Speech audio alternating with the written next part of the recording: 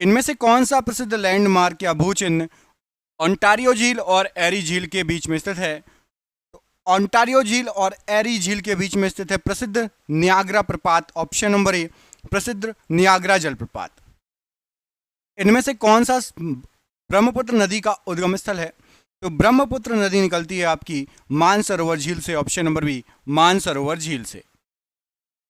इनमें से कौन सी विश्व की सबसे लंबी नहर है? तो विश्व की सबसे लंबी नहर है आपकी बीजिंग हांगझाऊ ग्रैंड नहर। विश्व की सबसे लंबी नहर है बीजिंग हांगझाऊ ग्रैंड नहर, ऑप्शन नंबर ए। निम्नलिखित में से किस भारतीय राज्य की कोई तट रेखा नहीं है? कोई भी तट रेखा नहीं है, समुद्र के किनारे नहीं है। तो याद रखिएगा, बिहार की कोई भी तट रेखा नहीं है, गुजरात, पश्चिम बंगाल और आंध्र प्रदेश की तट रेखा है। निम्नलिखित में से कौन सी कंपनी नवरत्न कंपनी नहीं है? नवरत्न कंपनियों के नाम आपको पता होना चाहिए। तो याद रखिएगा, भारतीय विमानपत्तन प्राधिकरण, ऑप्शन नंबर ए, ये नवरत्न कंपनी नहीं है, बाकी नीचे की तीनों नवरत्न कंपनियों में आती है। निम्नलिखित में से कौन सा असम में स्थित नहीं है? यहां पर आपको जो ऑप्शन दिए गए हैं, असम में क्या स्थित नहीं है? असम में आपका डंफा टाइगर रिजर्व स्थित नहीं है। नीचे के तीनों असम में है, नामेरी राष्ट्रीय उद्यान, काजीरंगा राष्ट्रीय उद्यान, मानस राष्ट्रीय उद्यान, तीनों असम में है। डंपा टाइगर रिजर्व ये आपका असम में नहीं है। भारत के कितने राज्यों की सीमाएं बांग्लादेश से जुड़ी हुई है?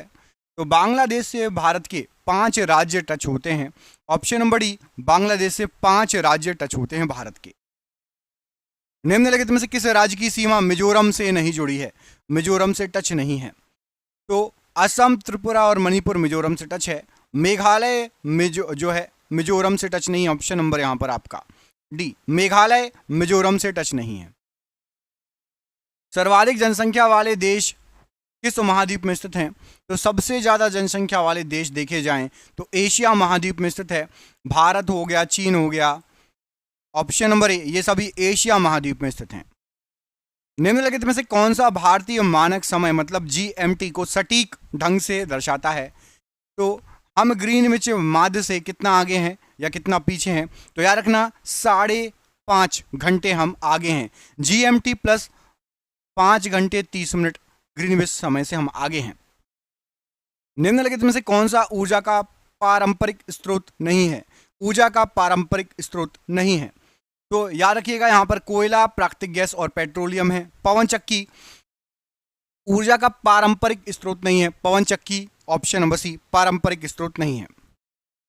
भारतीय मानक समय आईएसटी और ग्रीनविच माध्य समय जीएमटी में कितना अंतर होता है? तो आपको बताया था कि 5 घंटे 30 मिनट का अंतर होता है, और हम 5 घंटे 30 मिनट आगे हैं, मतलब प्लस 5 घंटे 30 मिनट है हम ग्रीनविच माध्य से। भारत का इनमें से कौन सा राज्य बॉक्साइड का सबसे बड़ा उत्पादक राज्य है? तो बॉक्साइड का सबसे बड़ा उत्पादक राज्य यहां पर जो ऑप्शन दिए गए हैं, उड़ीसा राज्य बॉक्साइड का सबसे बड़ा उत्पादक राज्य, ऑप्शन नंबर बी। इनमें से कौन सा चिपको आंदोलन का प्राथमिक उद्देश्य है? चिपको आंदोलन का प्राथमिक उद्देश्य क्या है? तो चिपको आंदोलन का प्राथमिक उद्देश्य है पेड़ों और वनों को बचाना, ऑप्शन नंबर ए, पेड़ों और वनों को बचाना। निम्नलिखित में से कौन सी पर्वत श्रृंखला वलित पर्वतों का उदाहरण है? वलित पर्वत, तो याद रखिएगा, हिमालय एक वलित पर्वत है। वलित पर्वत या नवीन वलित पर्वत, ऑप्शन नंबर सी, हिमालय वलित पर्वत या नवीन वलित पर्वत कहलाता है। जनसंख्या वृद्धि के सिद्धांत को किसने विकसित किया था? तो जनसंख्या वृद्धि के सिद्धांत को यहां पर आपको जो ऑप्शन दिए गए हैं, माल्थस ने विकसित किया था, ऑप्शन नंबर बी, माल्थस ने जनसंख्या वृद्धि के सिद्धांत को विकसित किया था, राइट आंसर है। भारत का सबसे लंबा राजमार्ग बताइए। तो भारत का सबसे लंबा राजमार्ग है नेशनल हाईवे 44, NH 44 भारत का सबसे लंबा राजमार्ग है। राष्ट्रीय राजमार्ग NH 44 किन 2 स्थानों को आपस में जोड़ता है? तो NH 44 जो है ये आपका श्रीनगर से कन्याकुमारी को आपस में जोड़ता है, ऑप्शन नंबर ए, श्रीनगर से कन्याकुमारी को जोड़ता है NH 44। दोस्तों देख रहे हैं क्वेश्चन कितने अच्छे हैं, ये आपके एग्जाम में पिछले कई सालों से पूछे जा रहे हैं। जैसे एग्जाम की आप तैयारी कर रहे हैं, हमने आपके लिए 10,000 जीके जीएस के एमसीक्यू क्वेश्चन आंसर बनाए हैं। 10,000 जीके जीएस के क्वेश्चन आंसर जो एमसीक्यू के फॉर्मेट में 4 ऑप्शन में, जो कि आप जो एग्जाम तैयारी कर रहे हो उसमें आ सकते हैं, 100% चांसेस है आने के। और वो क्वेश्चन आंसर पीडीएफ है, और पीडीएफ सबको व्हाट्सएप पर मिल जाएगी। आप में से जिसको भी चाहिए व्हाट्सएप पर पीडीएफ मिल जाएगी। पीडीएफ जो है आपकी वो 300 रुपए की है, लेकिन अभी एग्जाम चल रहा है तो केवल 99 रुपए में जो भी सक्षम है, जो भी ले सकता है वो ले ले, बाकी यूट्यूब से पढ़ो। बाकी जो जिसको लेना हो 99 रुपए में आपको 10,000 जीके जीएस के क्वेश्चन मिल रहे हैं, जो कि आपके एग्जाम में फंस सकते हैं। तो इनको पीडीएफ को लेने के लिए नीचे दिए गए नंबर पर व्हाट्सएप कर लेना। नंबर आपको पूरे वीडियो पर शो होगा, जब भी आप वीडियो छोड़ो उसके बाद आप कॉल कर लेना या स्क्रीनशॉट लेके रख लेना, ठीक है। भारतीय राजमार्ग संपर्क के उत्तर दक्षिण और पूरब पश्चिम एक दूसरे को कहां पर काटते हैं? यदि उत्तर से दक्षिण की तरफ पूरा आप राजमार्ग खींचो और पूरब से पश्चिम, तो वो कहां पर आके एक दूसरे से मिलते हैं? तो यहां पर आपको जो ऑप्शन दिए गए हैं राइट आंसर हो जाएगा झांसी में एक दूसरे को काटते हैं, झांसी में आके एक दूसरे से मिलते हैं। ऑप्शन नंबर यहां पर सी राइट आंसर हो जाएगा, झांसी में दोनों राजमार्ग मिलते हैं। Option number C. भूमध्य सागर और लाल सागर को कौन सी नहर जोड़ती है? तो भूमध्य सागर और लाल सागर को सुएज नहर जोड़ती है। ऑप्शन नंबर यहां पर आपका सी। सुएज नहर भूमध्य सागर और लाल सागर को जोड़ती है। Option number C. Rourkela, Bhilai, Bokaro, Visakhapatnam आदि ये किसके केंद्र हैं? तो राउरकेला, बोकारो, भिलाई ये सभी जो केंद्र हैं ये आपके राइट आंसर हो जाएगा लोहा और इस्पात उद्योग के केंद्र हैं। ऑप्शन नंबर डी, लोहा और इस्पात उद्योग के केंद्र हैं। निम्नलिखित में से कौन सा दर्रा पश्चिमी घाट के शिखर पर स्थित है और मुंबई को पुणे से जोड़ता है?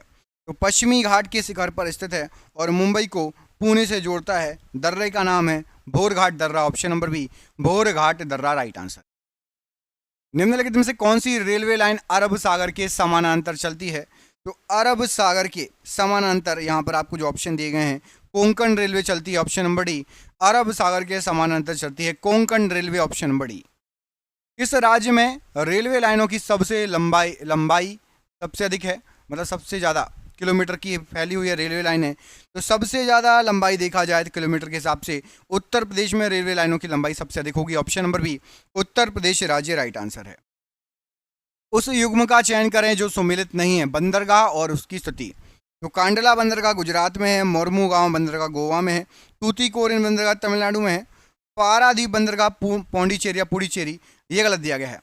पारादीप बंदरगाह पुडुचेरी में नहीं है। अब आपको कमेंट करके बताना है कि पारादीप बंदरगाह कहाँ पर है, कमेंट बॉक्स में कमेंट करके बताना है। पर्वतों, पठारों और पहाड़ियों की ऊंचाई से निकलकर उनके ढालों से होते हुए नीचे स्थित घाटियों और मैदानों की ओर बहने वाली निम्न तापी पवनों को क्या कहा जाता है?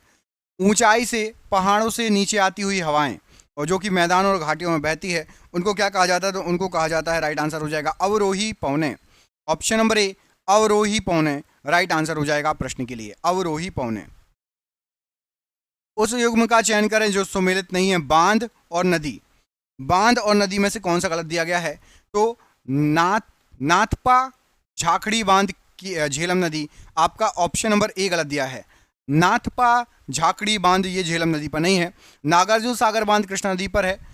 इंदिरा सागर, नर्मदा, टिहरी बांध भागीरथी। पहला ऑप्शन गलत है, बाकी तीनों सही हैं। राष्ट्रीय राजमार्ग 44 NH 44 नहीं 48 NH 48 का विस्तार कहां से कहां तक है? तो NH 48 का विस्तार दिल्ली से चेन्नई तक है। ऑप्शन नंबर ए, दिल्ली से चेन्नई तक है NH 48। उस युग्म का चयन करें जो सुमेलित नहीं है। मरुस्थल और उनकी स्थिति। कौन सा ही गलत दिया गया है? मरुस्थल और उनकी स्थिति। तो कालाहारी रेगिस्तान भारत गलत दिया गया है। कालाहारी रेगिस्तान भारत में नहीं है। कालाहारी रेगिस्तान भारत में नहीं है, ये आपको गलत दिया गया है। कमेंट करके बताइए कालाहारी रेगिस्तान कहां पर है, कमेंट बॉक्स में कमेंट करके बताना है। Rail coach factory RCF Punjab के किस शहर में है? तो रेल कोच फैक्ट्री RCF ये पंजाब के कपूरथला में है। ऑप्शन नंबर बी, कपूरथला में है रेल कोच फैक्ट्री RCF। निम्नलिखित में से कौन सा भारत का पहला बड़ा लौह और इस्पात संयंत्र है? तो भारत का सबसे पहला और बड़ा लौह इस्पात संयंत्र आपका TISCO, TISCO TISCO. Option number यहां पर सी, टिस्को राइट आंसर हो जाएगा इस प्रश्न के लिए। भारत की पहली मेट्रो ट्रेन कब और कहां शुरू हुई थी?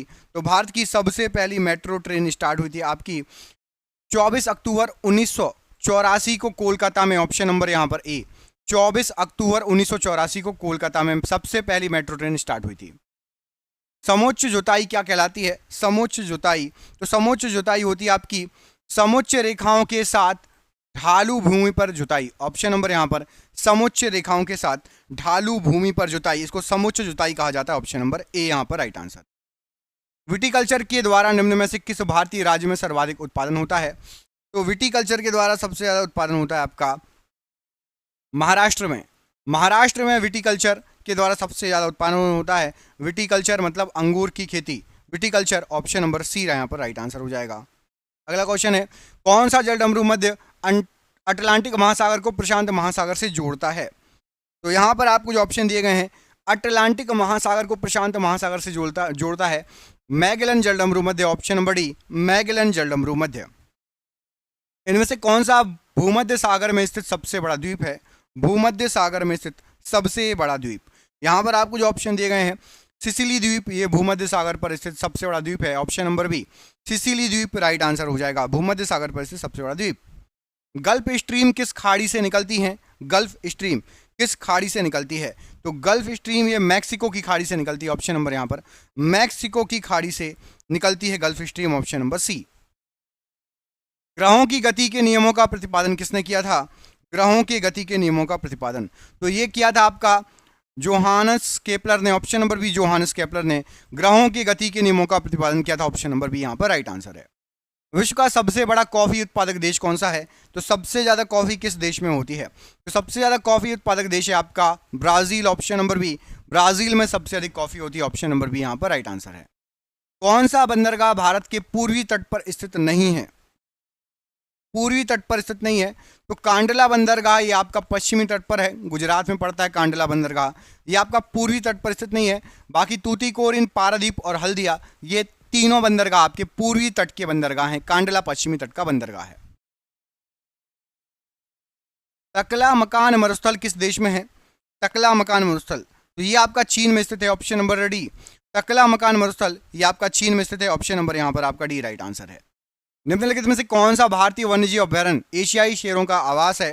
तो एशियाई शेरों का आवास है आपका गिर वन। ऑप्शन नंबर यहाँ पर आपका ए, गिर अभ्यारण्य या गिर वन, ये आपका एशियाई शेरों का निवास स्थान है और ये पड़ता है आपका गुजरात राज्य में। ऑप्शन नंबर ए यहाँ पर राइट आंसर है। प्रतिवर्ष बसंत के मौसम में ओजोन छिद्र किसके ऊपर निर्मित होता है?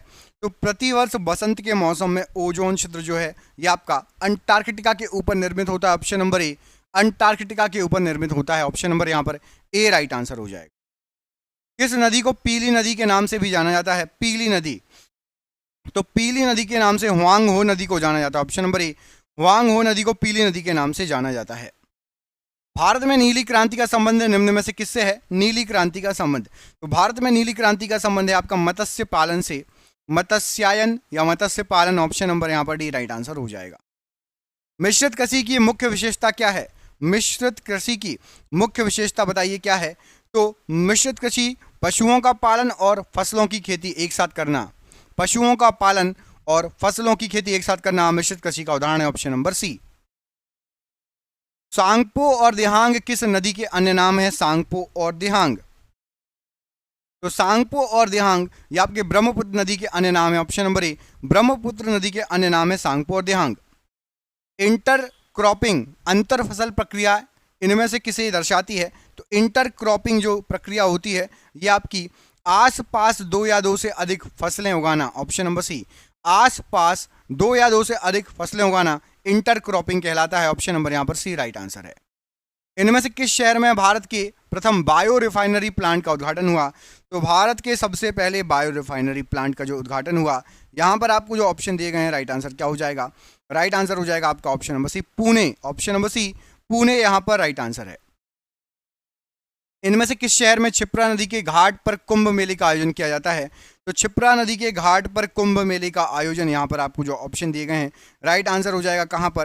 तो ये किया जाता है आपका Ujjain. Option number D, Ujjain. Mahakaleshwar मंदिर भी इसी क्षिप्रा नदी के घाट पर है। कुंभ मेले का आयोजन किया जाता है उज्जैन। Option number D. आपके लिए सरप्राइज क्वेश्चन है, कमेंट करके इसका आंसर देना है। निम्नलिखित में से किस बहुउद्देशीय परियोजना का निर्माण नर्मदा नदी पर किया गया है? इनमें से कौन सा बहुउद्देशीय परियोजना नर्मदा नदी पर निर्मित है? इसका आंसर आपको कमेंट बॉक्स में कमेंट करके देना है। हम मिलेंगे आपसे अगले वीडियो में। जिसको भी PDF चाहिए वो नीचे दिए गए नंबर पर संपर्क कर लेना। आप सभी का बहुत बहुत धन्यवाद दोस्तों, आपका दिन शुभ हो। जय हिंद, जय भारत।